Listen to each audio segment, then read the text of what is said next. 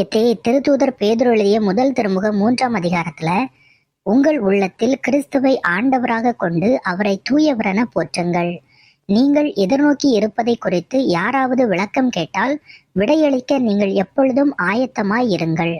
ஆனால் பணிவோடும் மரியாதையோடும் விடையளியுங்கள் அப்படின்னு சொல்லியிருக்காரு. இந்த காலத்துல கிறிஸ்தவர்கள் தாங்கள் கொண்டுள்ள நம்பிக்கையை பத்தி யாராவது ஏதாவது தவறாக பேசினா உடனே அவங்க கிட்ட சண்டைக்கு போய் பதிலுக்கு பதில் சாட்டையடி கொடுக்கணும் அப்படிங்கிற நோக்கத்துலதான் அவங்களுக்கு பதில் சொல்றாங்களே தவிர, தான் நம்புறத அடுத்தவங்களுக்கு புரியறத மாதிரி எடுத்து சொல்றதுக்கு யாரும் தயாரா இல்ல.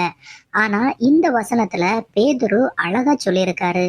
யாராவது நீங்கள் கொண்டுள்ள நம்பிக்கையை பத்தி உங்கள்கிட்ட கேட்டாங்கன்னா அவங்கள்ட்ட பணிவோடும் மன தாழ்மையுடனும் பதில் சொல்லுங்க அப்படின்னு சொல்லியிருக்காரு. அப்படி நம்ம பதில் சொன்னோம்னா நம்முடைய நன்னடத்தையை பார்த்து மற்றவங்களும் கிறிஸ்துவுக்குள்ள வர்றதுக்கு அது ஒரு வாய்ப்பா இருக்கும் அப்படிங்கிறத தெளிவுபடுத்துகிறாரு. ஆமா மறுமொழி, இதைத்தான் நம்ம ஆண்டவர் இயேசு கிறிஸ்துவும் மற்றவர்கள் நெறியை விட உங்கள் நெறி சிறந்து இருக்கட்டும், அப்பொழுது உங்கள் நற்செயல்களை கண்டு விண்ணக தந்தையை அவர்கள் போற்றி புகழ்வார்கள் அப்படின்னு சொல்லியிருக்காரு. இந்த குவாலிட்டியை தான் இன்னைக்கு நிறைய கிறிஸ்தவர்கள் இழந்து நிக்கிறாங்க. அதனாலதான் இன்னைக்கு கிறிஸ்தவமும் பலரால பல கேள்விக்குட்படுத்தப்பட்டு இருக்கு. இதுக்கெல்லாம் காரணம் கிறிஸ்தவர்களாகிய நாம தான். நம்ம ஆண்டவர் இயேசு கிறிஸ்து நமக்கு கற்றுத்தந்த வாழ்க்கையை வாழாம நம்ம விருப்பப்படி உலக போக்கில் வாழ்வதனாலதான் இந்த பிரச்சனையெல்லாம் ஏற்படுது.